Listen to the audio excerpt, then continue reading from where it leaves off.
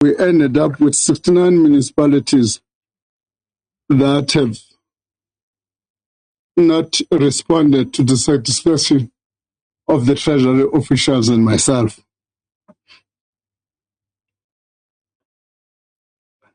One point I want to underline is that people must not think that we're out there to punish municipalities. We've got no intention to punish municipalities whatsoever. But we're doing what is constitutional required of us, and the legislative framework, what does it require of us? And what is that? We are required to take step and decisive action to safeguard public money while maintaining service delivery. We've got to do both. We've got to strengthen accountability so that every rand collected works for residents.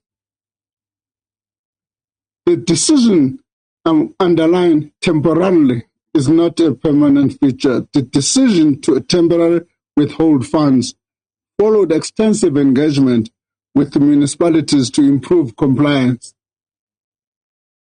We don't simply jump up and say, today we're withdrawing. We give you some time, send you letters, and tell you, please comply. It's only after then that we take decisive action.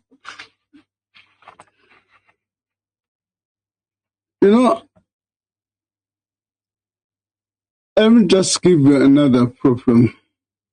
Yesterday I'm told I was not here. I'm coming from Gambia. I was told that some marched against me.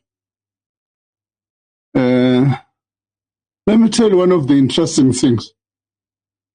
Amongst the things that were categorized, we're going to the presentation that was made to you covered 3 categories. The first one is what we call unfunded. When the people pass a budget, when they know that the expenditure will be more than the revenue to be collected, it's an unfunded budget. They are creating an environment in which they are going to have financial crisis. That's one category. The second category is those that do not want to pay creditors, whether it's ESCOM, whether it's water boards, whether it's Auditor General, whether it's anything. But of importance, these municipalities owe 1.7 billion rand as at the end of February to pension funds. In other words, they deduct money from the employees of the municipality, but do not transfer that money to the pension fund. In other words, when the worker goes into pension, there's a problem in paying his or her pension fund. Now, I don't know when some marches against me whether they condone that conduct. This 1.7 billion of pension fund, which has been deducted from members of SAMU, but has not been transferred into their pension. So it is this kind of behaviors that we're trying to settle and deal with. We are not only interested in punishing, we're also interested in supporting municipalities. That's what the work we're doing through Operation Vulindlela is intended to do, to support municipalities. For instance, we're debating that there are some municipalities who continually appear on the list.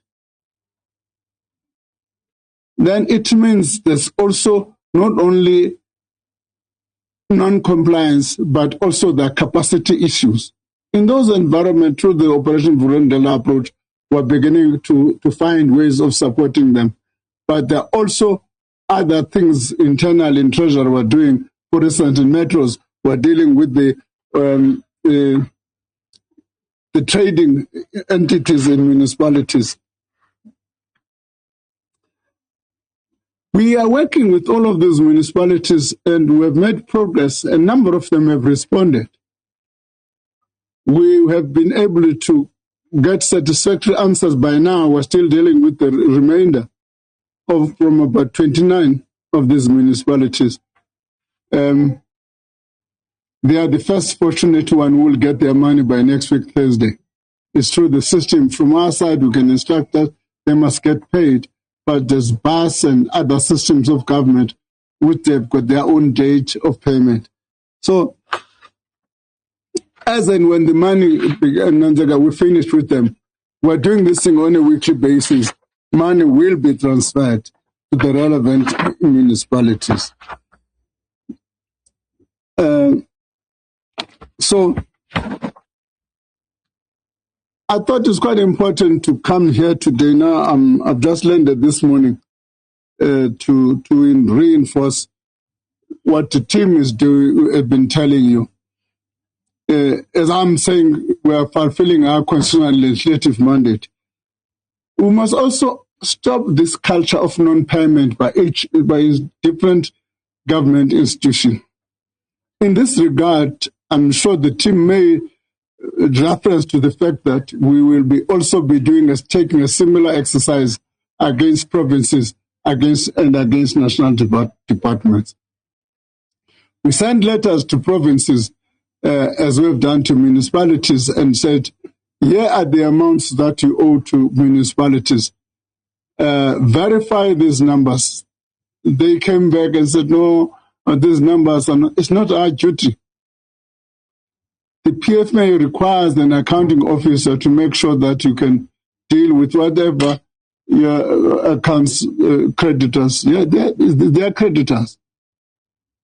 We are now in the process of proceeding with provinces as well. We trying to verify the national departments. We'll be sending letters to the national departments as well over the next 2 or 3 days to say those municipalities that owe those departments that owe municipalities, no one is going to escape. Section 216 is municipalities. Section 216 is applicable to any institution of the state. In this regard, we're working in to achieve that objective. With national departments, even in the allocation letters in February, when we allocated the funds, we made it absolutely clear that this year is going to be a different year. In the allocation letters, we said to them, this is going to happen if you don't pay your creditors. This is the starting point. And on a weekly basis, we'll be monitoring how the municipalities are performing, and those that have been cleared, their allocation will be transferred to them. So, as I conclude, this is not a punitive measure. All we want is that people must play according to the rules. I like I'm sure some of the newspapers in the Eastern Cape, they had a cartoon of me. The kids are playing with toys, so I'm taking the toys. I'm saying I'm taking all these toys until you play according to the rules. I like that cartoon. The kids are crying all over the place.